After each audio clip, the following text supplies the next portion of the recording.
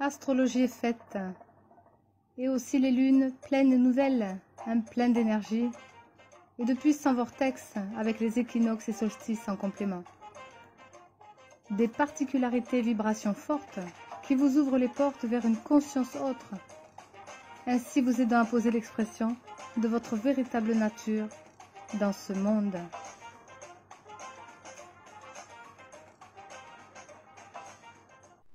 Bonjour chers amis, voilà je vous présente la nouvelle lune du 15 novembre prochain à 6h08 de Paris.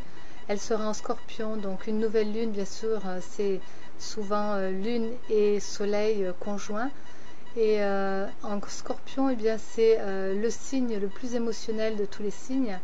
Et la nouvelle lune, eh bien justement symbolise aussi le renouveau, puisque c'est une grande libération, comme aussi en pleine lune, sauf que la nouvelle lune vous permet de poser de nouvelles graines et de pouvoir pendant 15 jours voir l'évolution, puis après récolter en pleine lune. Alors nouvelle lune bien sûr, eh bien c'est le soleil qui n'est pas visible et pas en face, il est derrière la lune, derrière la terre je dirais. Donc la lune on l'aperçoit, elle est éclairée par le soleil qui est de l'autre côté. Et puis, eh bien, elle nous annonce bien sûr que hier était, puisque là je vous la poste le 13, hier c'était le 12 novembre, c'était l'ouverture totale d'un basculement ce 12 novembre, comme quelque chose qui pourrait être la 6e porte, comme j'ai reçu comme inspiration. Eh bien, c'est la porte de la conscience, c'est-à-dire ce petit 3e œil qui s'ouvre, comme la pinéale, de voir plus clair. Et puis, de voir aussi que c'est une triple conjonction qui est toujours là depuis toute l'année 2020, atlantéenne, puisqu'on parle bien d'initiation atlante, mais que nous avons été ensemencés il y a déjà bien longtemps, et que nous avons deux forces, ombre et lumière, qui se chamaillent et qui essayent de prendre la place. Mais en même temps, c'est plus la vérité dans la lumière du plus haut qui est à mettre en avant. Donc je ressens, je suis canal messager thérapeute, et je vais vous exprimer bien sûr la tendance au niveau de cette nouvelle lune qui nous amène de toute façon à des prises de conscience de plus en plus, et à voir nos états d'âme améliorer bien sûr, puisque nous allons vibrer à l'unisson et que nous allons être OK pour synchroniser nos actions. Donc c'est cela qui est favorable. Ensuite, nous allons percevoir aussi que nous sommes très reliés, nous sommes plus seuls.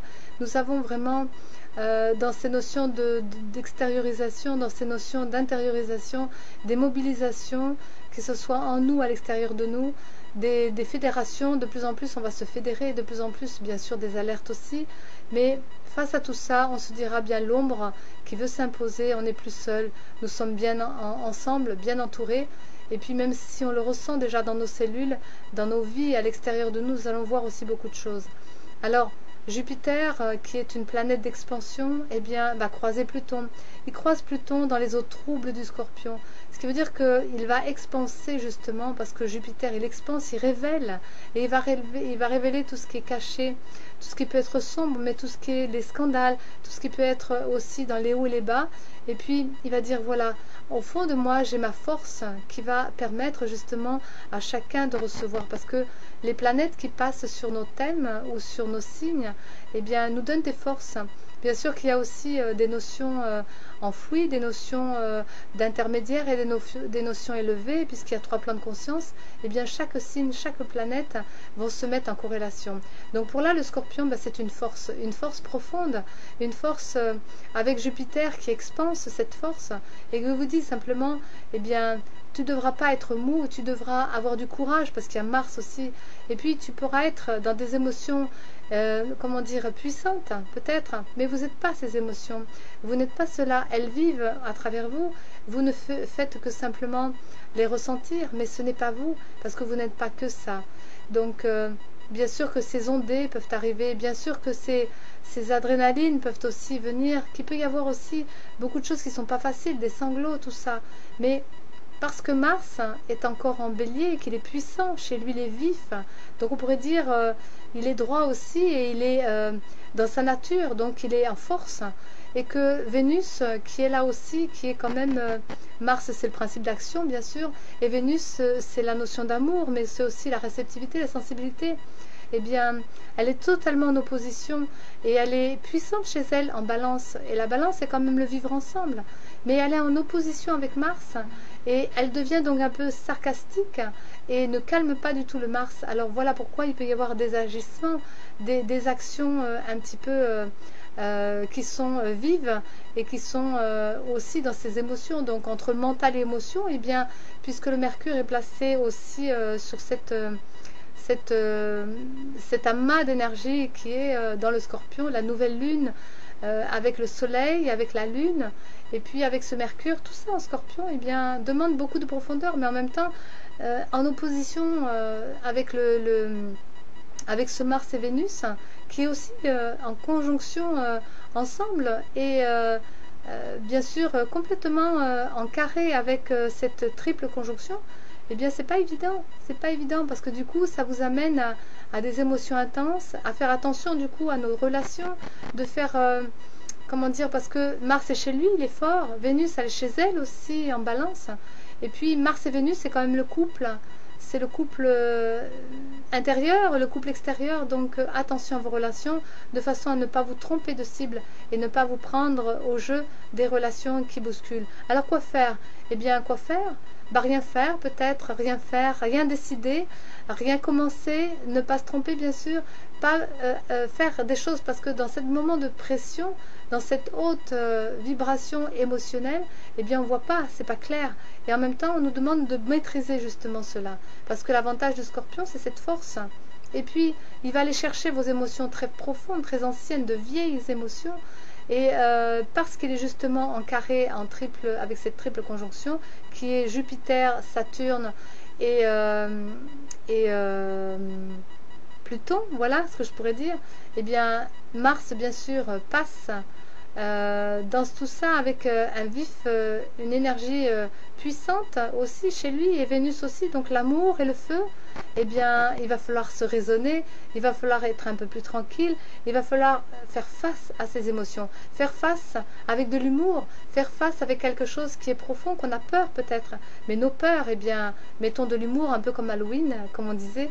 Mon mentor astrologue me parlait souvent de ça, et dans la peur, eh bien on peut pas être dans le ridicule, mais rire de nos peurs, rire de nos faiblesses, rire de nos manques, rire aussi dans nos doutes, parce que Mars, il nous amène quand même la conviction, il nous amène la force positive de s'élever contre justement tout ce qui nous freine, tout ce qui nous empêche d'être nous-mêmes, et notre liberté. Eh bien, peut-être que on va discerner, peut-être dans nos incertitudes et dans nos peurs, on aura la force de s'en sortir.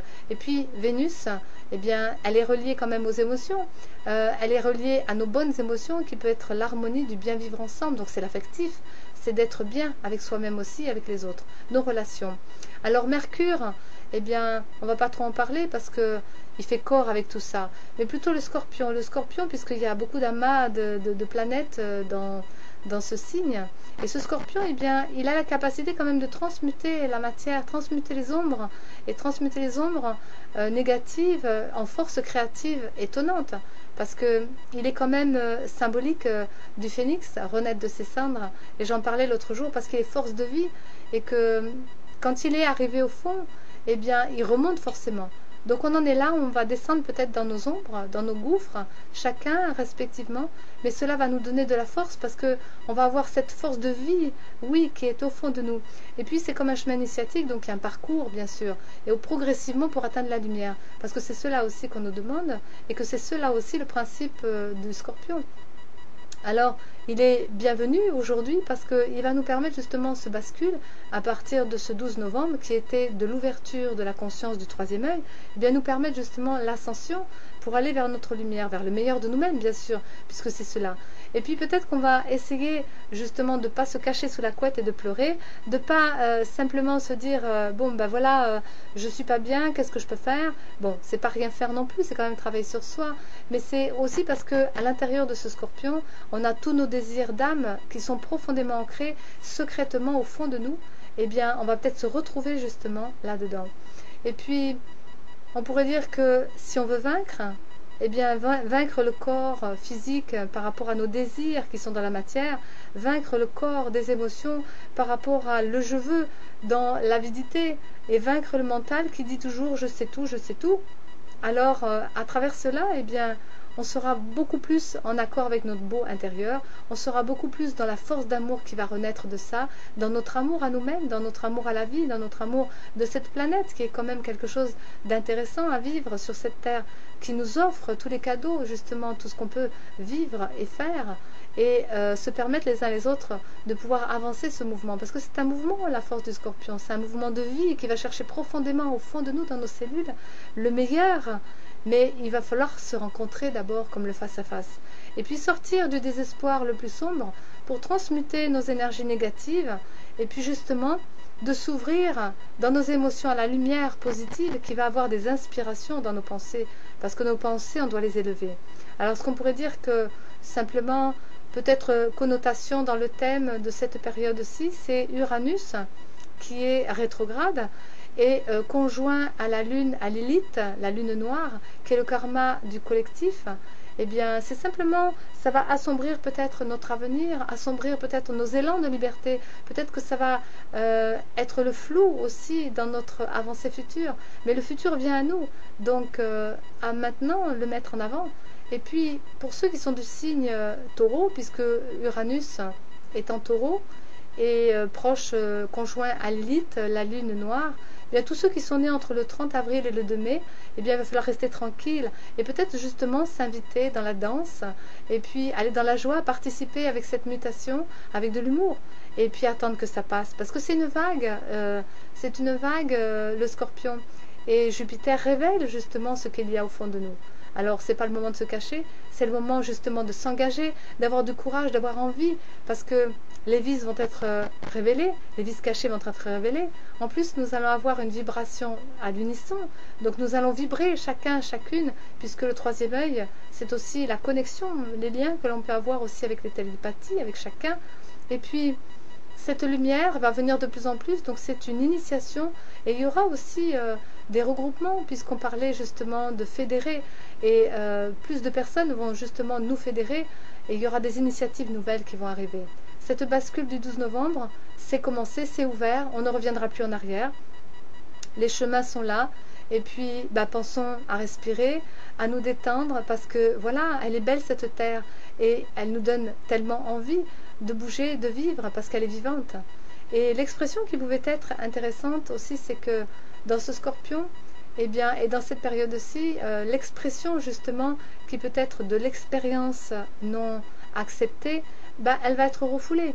Mais bien sûr qu'elle est dans l'inconscient, puisque le Scorpion symbolise aussi l'inconscient, monter au conscient.